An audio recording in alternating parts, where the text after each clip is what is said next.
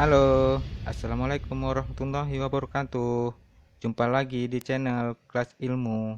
Pada video kali ini, kita akan membahas mengenai prediksi soal-soal CPNS bidang biologi bagian keempat, terkhusus materi hewan vertebrata. Langsung saja. Nomor 1. Dalam sistem klasifikasi, vertebrata merupakan subfilum dari titik-titik.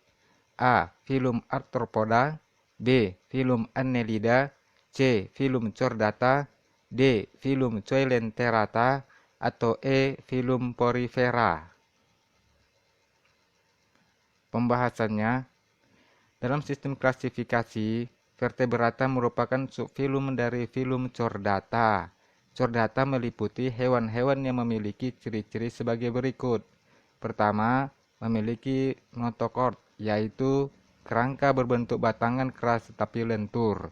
Kedua, memiliki tali saraf tunggal berlubang terletak dorsal terhadap notochord dan memiliki ujung anterior yang membesar berupa otak. Yang ketiga, memiliki ekor yang memanjang ke arah posterior terhadap anus. Yang keempat, memiliki celah faring. Jadi jawabannya adalah C. Filum Chordata. Nomor 2.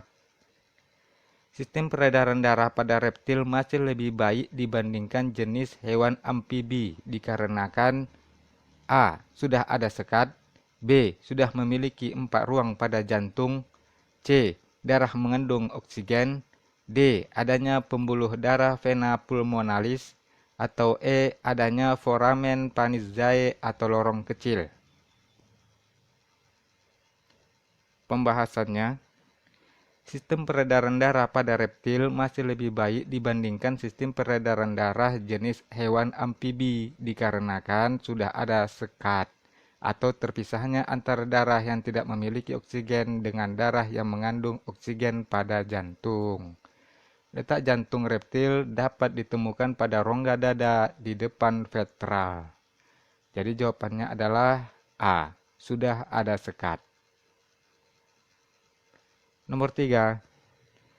Bilik kiri dan bilik kanan pada hewan reptil terdapat sekat yang tidak sempurna, sehingga mengakibatkan titik-titik. A. Sirkulasi darah terjaga, B.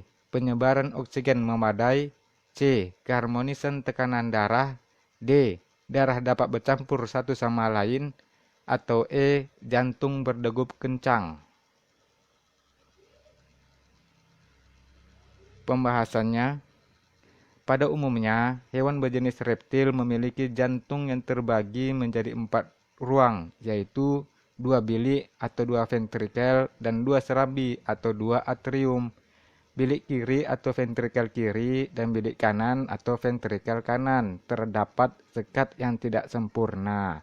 Akibat sekat yang tidak sempurna ini, maka darah yang ada di bilik kiri dan bilik kanan dapat bercampur satu sama lain.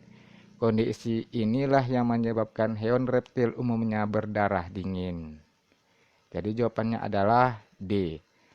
Darah dapat bercampur satu sama lain. Nomor 4. Dalam sistem porta renalis pada katak, hasil-hasil pencernaan diangkut dari titik-titik. A. Usus ke hati, B. Usus ke ginjal, C. Usus ke jantung, D. Tungkai ke ekor, atau E. Tungkai ke ginjal. Pembahasannya, dalam sistem vena porta hepaticus pada katak, hasil-hasil pencernaan diangkut dari organ usus menuju ke hati atau hepar sebelum menuju ke jantung. Demikian pula pada sistem vena porta renalis, hasil pencernaan dari usus menuju ke ginjal sebelum ke jantung. Fungsi sistem porta renalis adalah untuk mengatur kadar urin. Jadi jawabannya adalah B. Usus ke ginjal. Nomor 5. Berikut ini merupakan macam-macam ordo dari mamalia kecuali titik-titik. A. Ordo Pallidata, B. Ordo Insectivora, C. Ordo Marsupialia, D. Ordo Chiroptera, atau E. ordo Rapaces. Pembahasannya, macam-macam ordo mamalia yaitu ordo Pallidata, ordo Insectivora, ordo Marsupialia, ordo Chiroptera, ordo Proboscidae, dan ordo Arctia. Sedangkan ordo Rapaces merupakan salah satu dari ordo hewan Aves. Jadi jawabannya adalah E. Ordo Rapaces.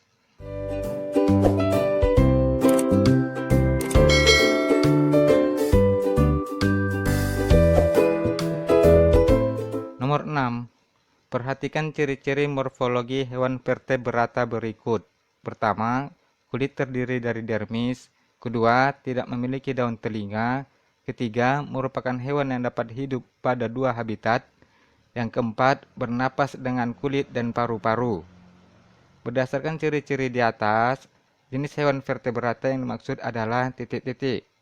A. Pisces, B. Amfibi, C. Reptil, D. Aves, atau E. Mamalia.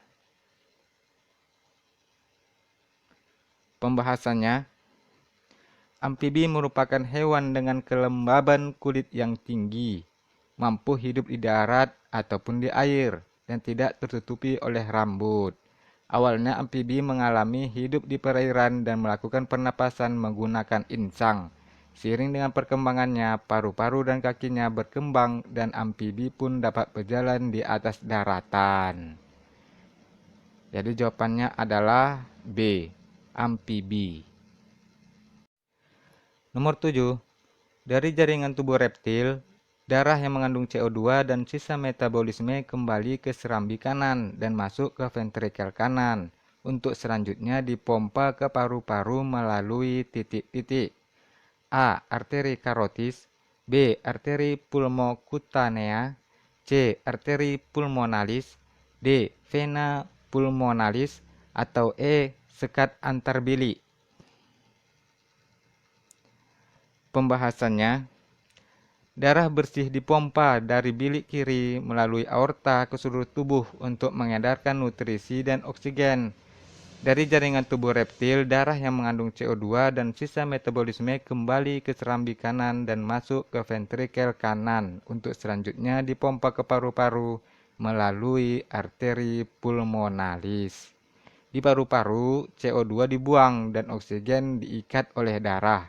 Darah bersih ini kemudian kembali ke serambi kiri melalui vena pulmonalis, lalu mengalir ke bilik kiri dan siklus yang sama terulang. Jadi jawabannya adalah C. Arteri pulmonalis. Nomor 8. Kulit pada Aves yang memiliki fungsi sistem ekskresi dapat ditemukan pada titik-titik. A. Ekor burung, B. Kaki burung, C. Kepala burung, D. Badan burung, atau E. Leher burung. Pembahasannya, kulit merupakan salah satu sistem ekskresi pada Aves yang umumnya akan melapisi tubuhnya. Akan tetapi, kulit pada burung yang memiliki fungsi khusus ini dapat ditemukan pada bagian tubuh belakangnya, lebih tepatnya ekor burung atau orophygium. Pada bagian ini terdapat sedikit kulit yang di dalamnya terdapat kelenjar minyak. Jadi jawabannya adalah A. Ekor burung. Nomor 9. Alat bantu pernapasan pada ikan ini adalah perluasan insang pada bagian atas yang berbentuk lipatan dan membentuk rongga yang tidak beraturan. Alat bantu pernapasan pada ikan ini adalah titik-titik. A. Alveolus, B. Arborescens, C. Diverticula, D. Labirin, atau E. Gelembung renang.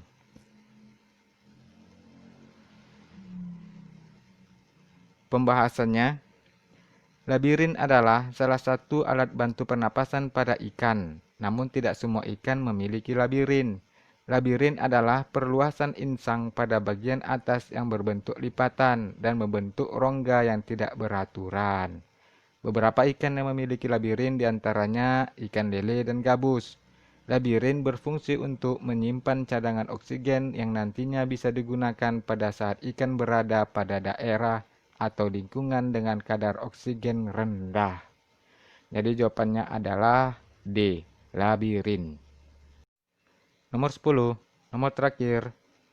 Sistem pernapasan pada ikan berbeda dari hewan amfibi, meskipun amfibi memiliki organ pernapasan yang sama dengan ikan karena titik-titik.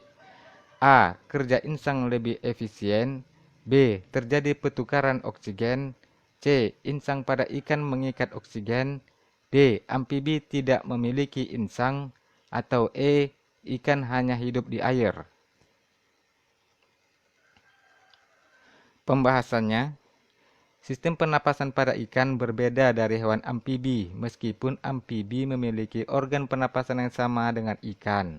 Karena ikan hanya hidup di air, tidak di dua alam. Sistem pernapasan ikan bergantung pada suatu organ utama yang disebut insang. Insang pada ikan berfungsi untuk mengikat oksigen dan mengeluarkan karbon dioksida sebagai hasil respirasi.